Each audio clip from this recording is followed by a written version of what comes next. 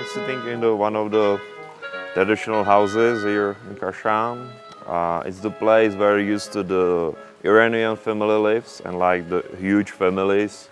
It means like the parents, their children, brothers together. If someone get married, they just move to some other room around the house and still the family kept together.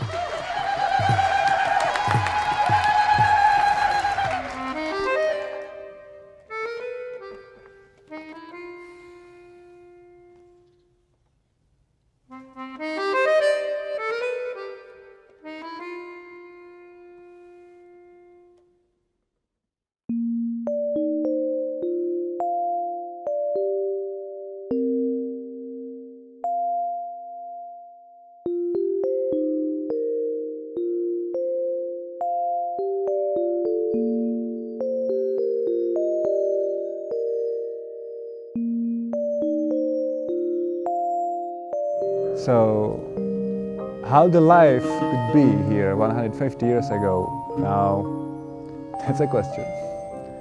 And I don't know. I can only imagine that probably a lot of people lived here actually, like a big family. If I own this place, I would like in a pool in the middle, I would probably make it a bit deeper and plant some fish there, like the big fish. Probably the Japanese carps, the red-white carps, which is kind of nice, or some other big fish. I can see them walking around the pool with more fishes, definitely more fishes than this now. I think the trees were higher than this to put a shadow on the ground so they could lie under them and drink tea and talk about things.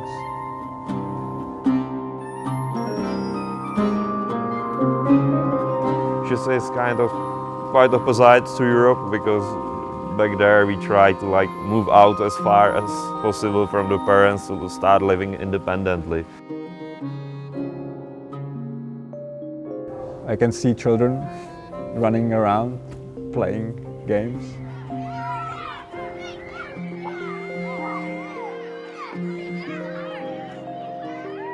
The smell of the food must be really great.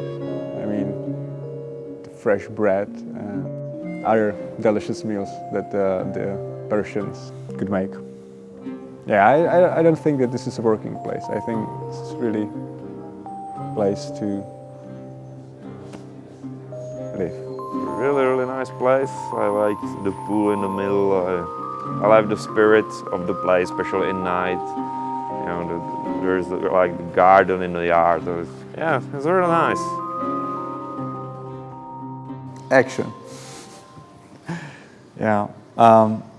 The day or the moment we crossed from Iraq to Iran, you know, it was a really sunny day after the sandstorm, so there was like a lot of snow and it was all glittering.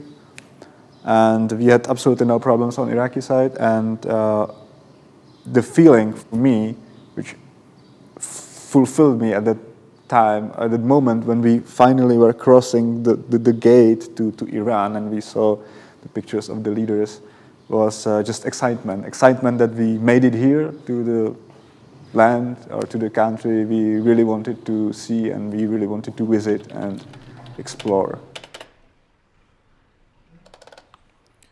Okay, I'm trying to update something on our webpage.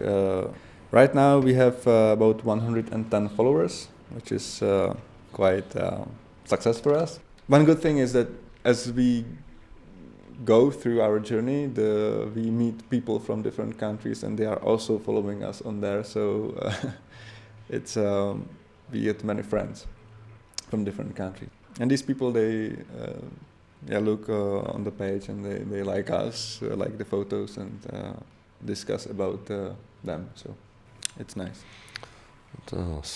It does, and it's some nice pictures I could talk about. It's the shots I take with the car. It's just I got the picture with the car, and in the background there is Saddam's palace. And if this is our car, there is the Saddam Hussein's former villa, and this is the sign with the description of the minefields around this place. It's barely readable, but you still recognize the pictures of the mines. The sign which says that the place is actually still mined, and there are some the warnings, don't cross behind. A couple of days I saw a typical Middle Eastern door. They have two knockers, one for men and one for women. They have different sound, and I was surprised because I saw it for the first time. So I thought immediately, hey, let's take a picture, put it on the Facebook, and ask people if they know why are there two knockers. So I did it. I offered a price counting 1,000 rials for the winner. And there were some comments too. Then Michael, it's Middle East, so I bet it's to differentiate between female and male visitors, right? So he's actually right. And he won the prize. This is the picture day after the snowstorm. We've been caught on a Iraqi iron border, and we parked in the night, in the morning, that there's a lot of snow around, and that actually the snow is up to half of the wheel. So yeah, so it's also a picture I like a lot. Another picture, yeah, hard to pick.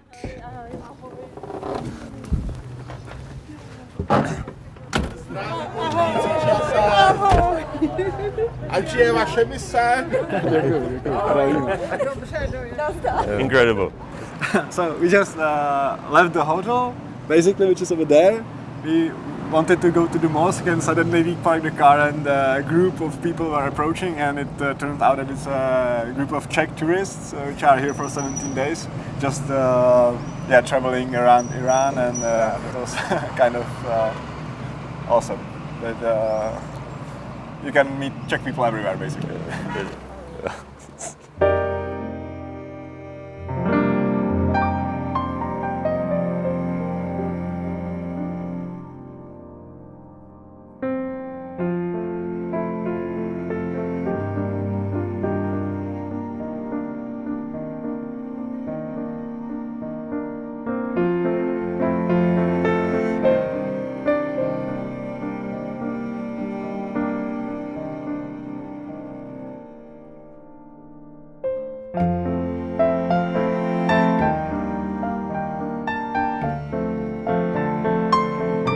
Sitting inside the mosque, and I can say that it's really something special. There is also a school in there, which is actually located in the square, in the yard, but one floor below. It's a surprise for visitors when you enter, and you see that you cannot actually go normally, but you have to take a walk around, go back and go around to enter the mosque itself.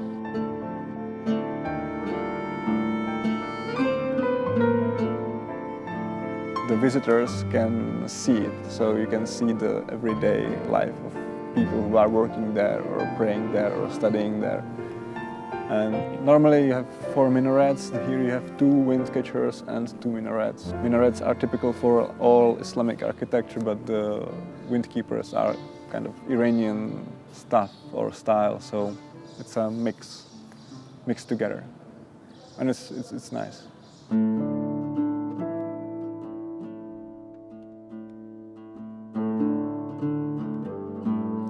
Dear blog followers, one might ask a question: why is the entrance to the mosque? Why was it built like this? Honestly, I don't know. But visitor might ask himself, and he may think about it, and he might be some kind of message from the architect, or who knows. But anyway, you think about it, and for me, I can say that, for instance, the idea might be like that what you see cannot be how it actually really is. I mean, sometimes the predictions or what you think is beyond is not. So, because here you think you enter the yard and you see that there is one story or floor below where is the school and you cannot go just normal way. So that's this might be the message in this place.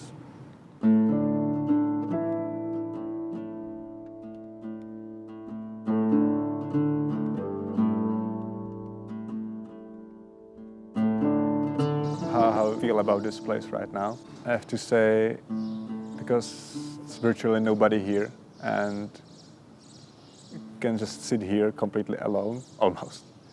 And the wind is breezing, and you can listen to the birds who are crawling around. So it's absolutely peaceful.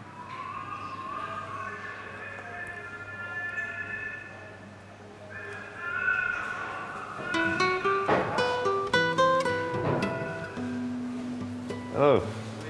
How are you doing? Ah.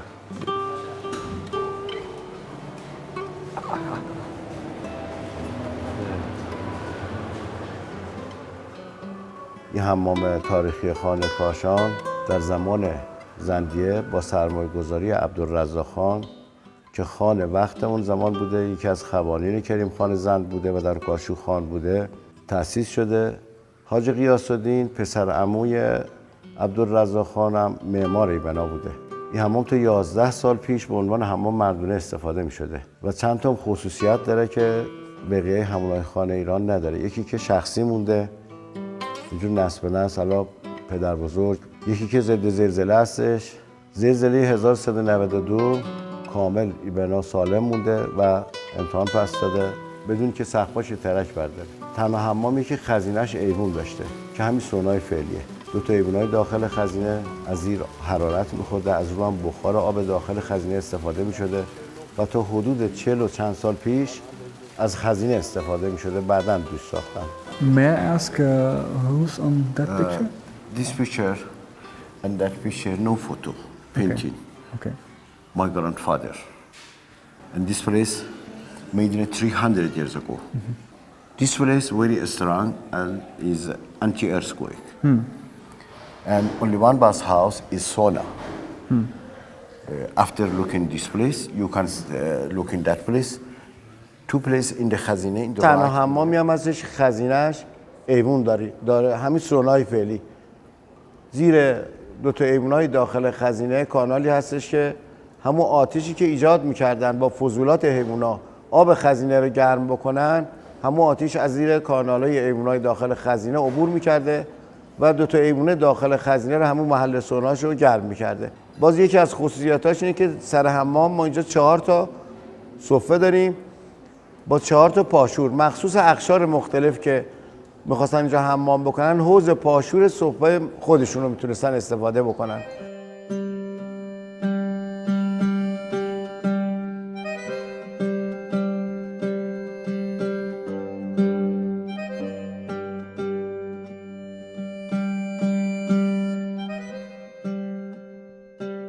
For me, it is the first time I'm in a hammam, and I have to say it's a really nice place. And I can imagine that spending one whole day here, to just clean not only the body, but I think also like the mind and relax, talk with friends, and just have a good time. It must have been,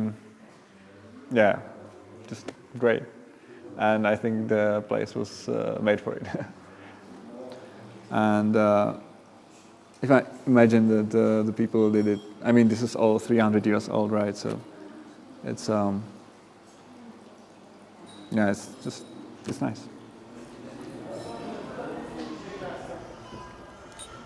Jaffa cake. What was the name? We get it from someone. It's like the famous cakes. Right, I think we call it Jaffa cake. It was in, I don't know where we get it. My dearest sister, we haven't spoken to each other for I think maybe 5 weeks. So right now I'm still in Iran, currently in Kashan city in a tea house Khan, having a really good tea and delicious cakes. And I hope you are doing well. I heard that you are now working in Slovakia, so I hope that Albe, who's at home, is not that alone. And yeah, I just hope that you are doing well, and I miss you.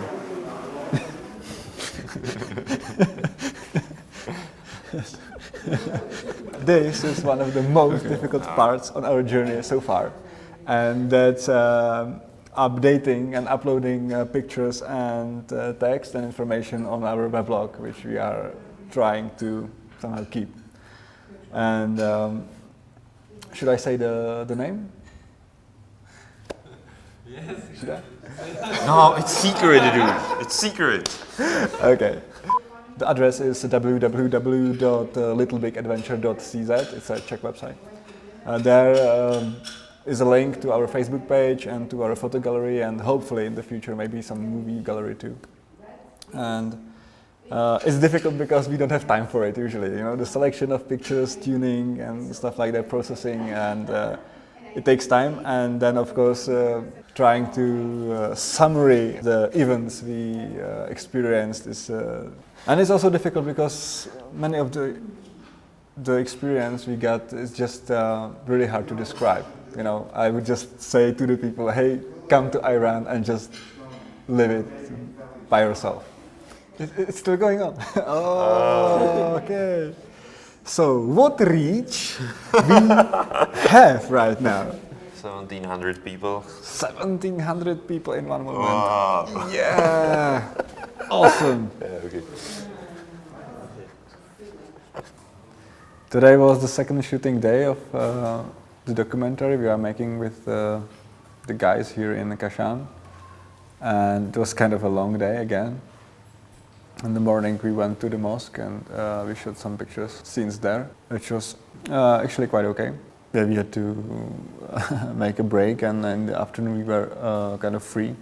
So we used the time for resting and for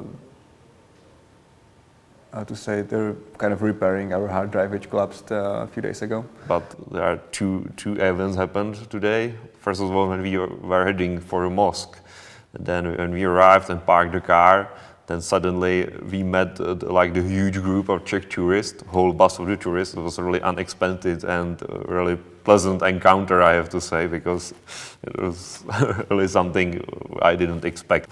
I hope to talk to you soon, and take care. Bye-bye.